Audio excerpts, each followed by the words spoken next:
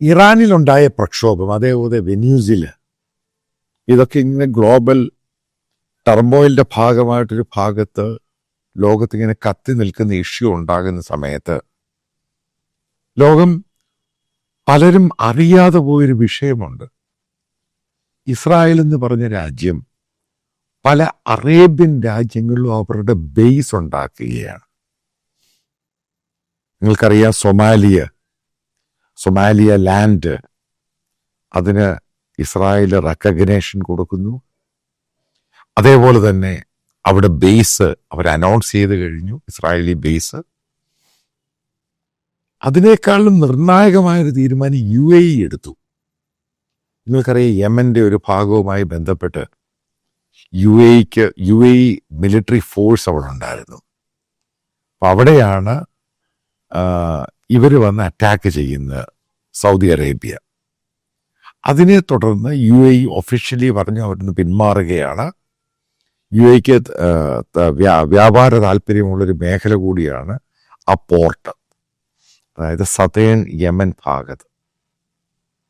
ആ പോർട്ടുമായി ബന്ധപ്പെട്ടും പിന്നീട് സൗദി പത്രങ്ങളാണ് റിപ്പോർട്ട് ചെയ്തിരിക്കുന്നത്, UAE അവരുടെ പ്രദേശത്ത് ഈ സംഭവങ്ങൾ കൺട്രോൾ ചെയ്യാൻ വേണ്ടി അവരുടെ സെക്യൂരിറ്റി ആസ്പെക്ട്സിന്റെ ഭാഗമായിട്ട് എബ്രഹാം അക്കോർഡിന്റെ മെയിൻ സിഗ്നേറ്ററിയാണ് UAE. അവര് ഇസ്രായേലിന് ബേസ് കൊടുക്കുന്നു. ഇസ്രായേലിന് ബേസ് കൊടുക്കുകയാണ് UAE. ഇത് സൗദി അറേബ്യൻ പത്രങ്ങളാണ് റിപ്പോർട്ട് ചെയ്യുന്നത്. ഇതെന്താണ് ഉദ്ദേശിക്കുന്നത്? ബേസിക്കലി അതായത് ഇറാൻ ഇസ്രായേൽ വാറോട് കഴിഞ്ഞ്, അതേപോലെ തന്നെ എങ്ങനെയാണ് ഹമാസും പാലസ്തീൻ ആ സംഭവങ്ങളില്ലാതായി, സിറിയയെ നശിപ്പിച്ചു, ഒന്നുമല്ലാതാക്കി മാറ്റി. ISIS അൽ സഹാറ എന്ന് പറയുന്ന ഒരു അമേരിക്കൻ അവിടെ ഉണ്ടാക്കിയ സാധനം അതിൻ്റെ പ്രസിഡന്റായിട്ട് കൊണ്ടുവരുന്നു. ലെബനൻ ഹിസ്ബുള്ള ഇല്ലാതായി. അപ്പൊ ഈ രാജ്യങ്ങൾക്കൊന്നും പട്ടാളങ്ങൾ സ്ട്രോങ് അല്ല, പ്രൊഫഷണൽ ട്രെയിൻഡ് ആംഡ് ഫോഴ്സ് അല്ല. അതാണ് അറബ് രാജ്യങ്ങളിലെ ഏറ്റവും വലിയ പ്രശ്നം, പ്രത്യേകിച്ച് ഇസ്ലാമിക രാജ്യങ്ങളുടെ പ്രശ്നം. മറ്റുള്ള രാജ്യങ്ങൾ ഏത് സമയത്തും മറ്റുള്ള ചില ഫോഴ്സുകൾ, ഇപ്പോൾ ഹൂത്തി ആണെങ്കിലും പോയ ഹിസ്ബുള്ളയാണെങ്കിലും ഏത് സമയത്തും അറ്റാക്ക് ചെയ്യാം. അതിൻ്റെ ഭാഗമായിട്ട്, അതിൻ്റെ സെക്യൂരിറ്റി സോണിൻ്റെ ഭാഗമായിട്ട് ഇസ്രായേലിന് താല്പര്യമുണ്ട്. അതാണ് UAE അവർക്ക് ബേസ് കൊടുക്കാൻ തയ്യാറായിരിക്കുന്നത്. അതായത് അവരുടെ ബോർഡറും യമന്റെ ബോർഡറും ഈ പറയുന്ന ഒന്നോ രണ്ടോ ബേസുകളാണ് അവർ കൊടുക്കുന്നത്. അത് ഇസ്രായേലിന് പ്രോപ്പറായിട്ട് ഹൈലി സെക്യൂർഡ് ആയിരിക്കും. ഇനി അടുത്ത സംഭവം നിങ്ങൾ ശ്രദ്ധിച്ചോണം. നമ്മളിപ്പം 3 ബേസിന്റെ കാര്യം പറഞ്ഞു കഴിഞ്ഞു. അതായത് ഒന്ന് സൊമാലി ലാൻഡ്, അത് അനൗൺസ് ചെയ്ത് കഴിഞ്ഞു. അതേപോലെ യമന്റെ ഒരു ഭാഗത്ത് അതിൻ്റെ സതേൺ ഫോഴ്സ് അവരുടെ ക്യാപ്ചറിലാണ്. അതും ഏകദേശം UAE പറയുന്ന കേൾക്കുന്ന അവിടുത്തെ ഭരണകർത്താക്കൾ സുന്നി ലാൻഡാണ്, സുന്നി വിഭാഗക്കാർ കൂടുതലുള്ളവരാണ്. അപ്പൊ അവർക്കും അവിടെ സെക്യൂർ ചെയ്യാൻ പറ്റത്തില്ല. അതിൻ്റെ പേരിൽ ഇസ്രായേലിനോട് പറഞ്ഞ് സെക്യൂർ ചെയ്യാൻ. അതിൻ്റെ അടുത്തത് UAE സ്വന്തം ടെറിട്ടറിയിൽ ഇസ്രായേലിന് ബേസ് കൊടുക്കുന്നു. ഇനി അടുത്തൊരു സംഭവ വികാസം ഉണ്ടായിട്ടുണ്ട്. സിറിയയും ഇസ്രായേലും തമ്മിൽ ടോക്സ് നടക്കാൻ പോവുകയാണ് ഫ്രാൻസിൽ വെച്ച്. ഫ്രാൻസ് ആണ് മീഡിയേറ്റർ. അമേരിക്ക മുന്നോട്ട് വെച്ച നിർദ്ദേശമാണ്, കാരണം സിറിയയ്ക്ക് ഒരു പ്രൊഫഷണൽ ഫോഴ്സും ആർമി ഇല്ലാതായി. അപ്പൊ അവർക്കും അവരുടെ ഡമാസ്കസ് ആണെങ്കിൽ അവർ ഭരിക്കുന്ന ആൾക്കാർക്കും സെക്യൂർഡ് ആയിരിക്കണം. ഇടയ്ക്ക് ISISന്റെ പ്രശ്നമുണ്ട്, അലിപ്പോ പ്രശ്നമുണ്ട്, ഇടയ്ക്കിടയ്ക്ക് ടർക്കി പറയുന്നു അവർ സഹായിക്കാമെന്ന് പറയുന്നു. പക്ഷെ ഇതൊന്നും അമേരിക്കയും മറ്റുള്ള അറബ് രാജ്യങ്ങളും തള്ളിക്കളയുകയാണ് ചെയ്യുന്നത്. ഇതിൻ്റെ ഭാഗമായിട്ട് സിറിയയില് ഡമാസ്കസിനടുത്ത്, അതായത് ഇപ്പോഴതിൻ്റെ കൺട്രോൾ എന്ന് പറഞ്ഞാൽ ലാൻഡിൻ്റെ കൺട്രോൾ എന്ന് പറഞ്ഞത് ഇസ്രായേലിൻ്റെ കയ്യിലാണ്. അതായത് ഇസ്രായേലുമായിട്ട് ചേർന്ന് കിടക്കുന്ന പ്രദേശമാണ് സിറിയയുടെ.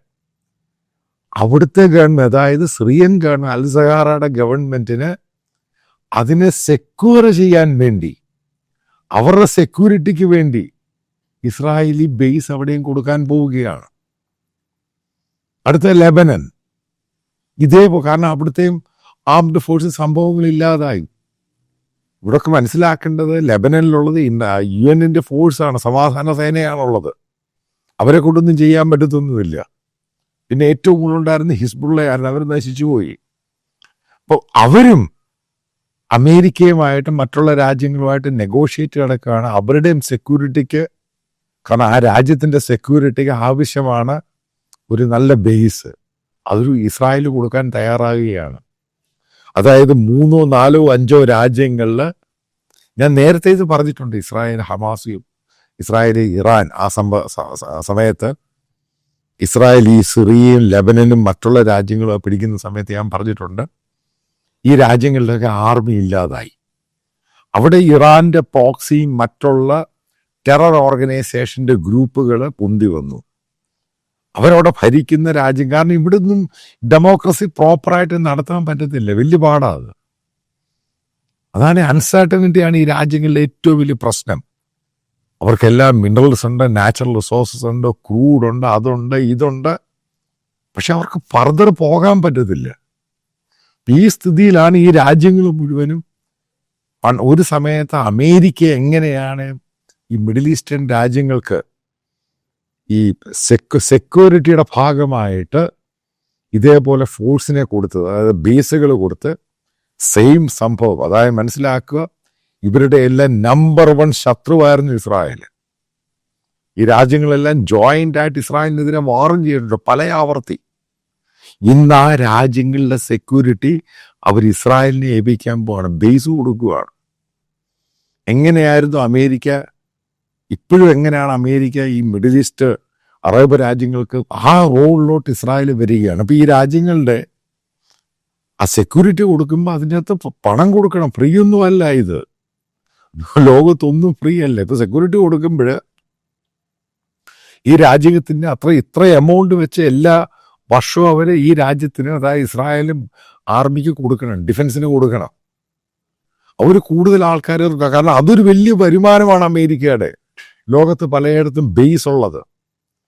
ഇപ്പോഴും അമേരിക്കയുടെ ബേസ് ഉണ്ട് സിറിയയിൽ. ഈ ബേസിന് പണം കൊടുക്കുന്ന ആര്? ഈ പറയുന്ന അറബ് രാജ്യങ്ങളാണ് കൊടുക്കുന്നത്.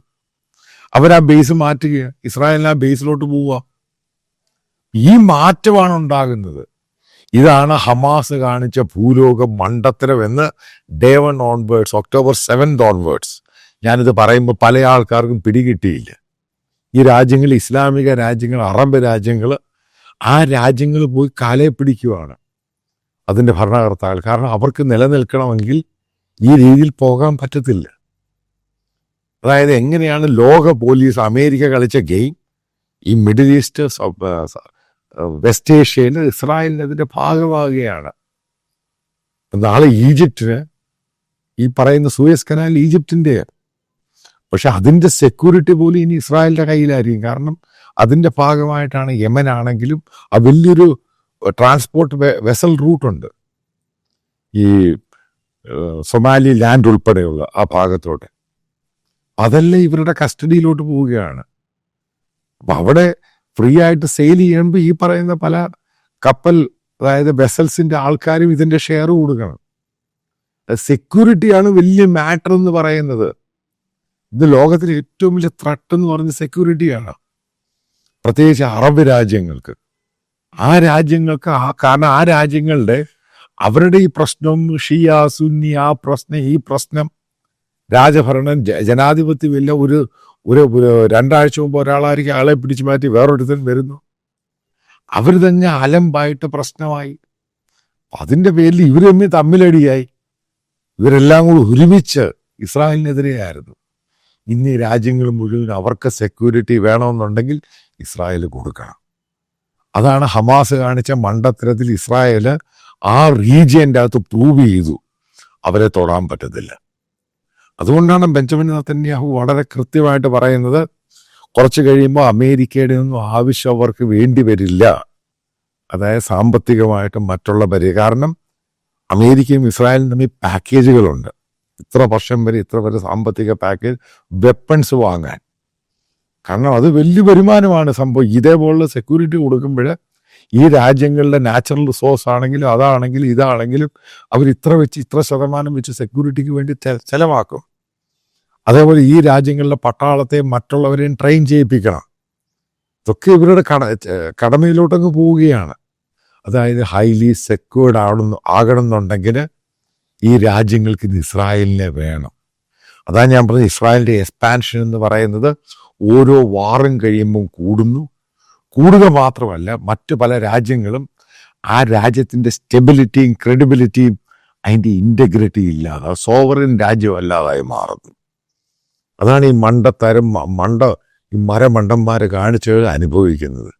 ഇതാണ് ലോകത്തെല്ലായിടത്തും ഇസ്ലാമിക രാജ്യങ്ങളിൽ ഉണ്ടായിട്ടുള്ള ഏറ്റവും വലിയ പ്രശ്നം. ഈ പറയുന്ന ഫ്യൂച്ചറിൽ സുഡാനിലുണ്ടോ എന്തുണ്ടാകും? ഈജിപ്തിൻ്റെ കാര്യം വലിയ കഷ്ടമാണ്, സാമ്പത്തികമായിട്ടും മറ്റു പല രീതിയിലും. കാരണം സൂയസ് കനാലിൽ മെയിൻ സോഴ്സാണ്. അപ്പോൾ ഞാൻ പറയാൻ പോകുന്ന സംഭവമാണ്, അവിടെ ഇസ്രായേലി മിലിറ്ററി മാത്രമല്ല എക്കണോമി, അതായത് സുരക്ഷിതത്വം കൊടുക്കുക, എക്കോണമി അതിനെ കൊണ്ടുപോവുക. അതേപോലെ അറിയാൻ സാധിച്ചത് ഈ UAE-യുമായിട്ട് ഇസ്രായേലിന് നല്ല ടൈപ്പായി, വളരെ ബോൾഡായിട്ടുള്ള സംഭവങ്ങളായി. അതിൻ്റെ പേരിൽ തന്നെയാണ് UAE നേതൃത്വം കൊടുത്ത് മുന്നോട്ട് വന്നിരിക്കുന്നത്.